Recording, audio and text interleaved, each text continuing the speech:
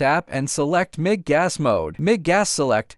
This knob controls current 50 to 200 amps. Left knob fine-tunes voltage +3 to -3. In synergic mode, set voltage to 0 normally. The ground cable connects to the negative terminal.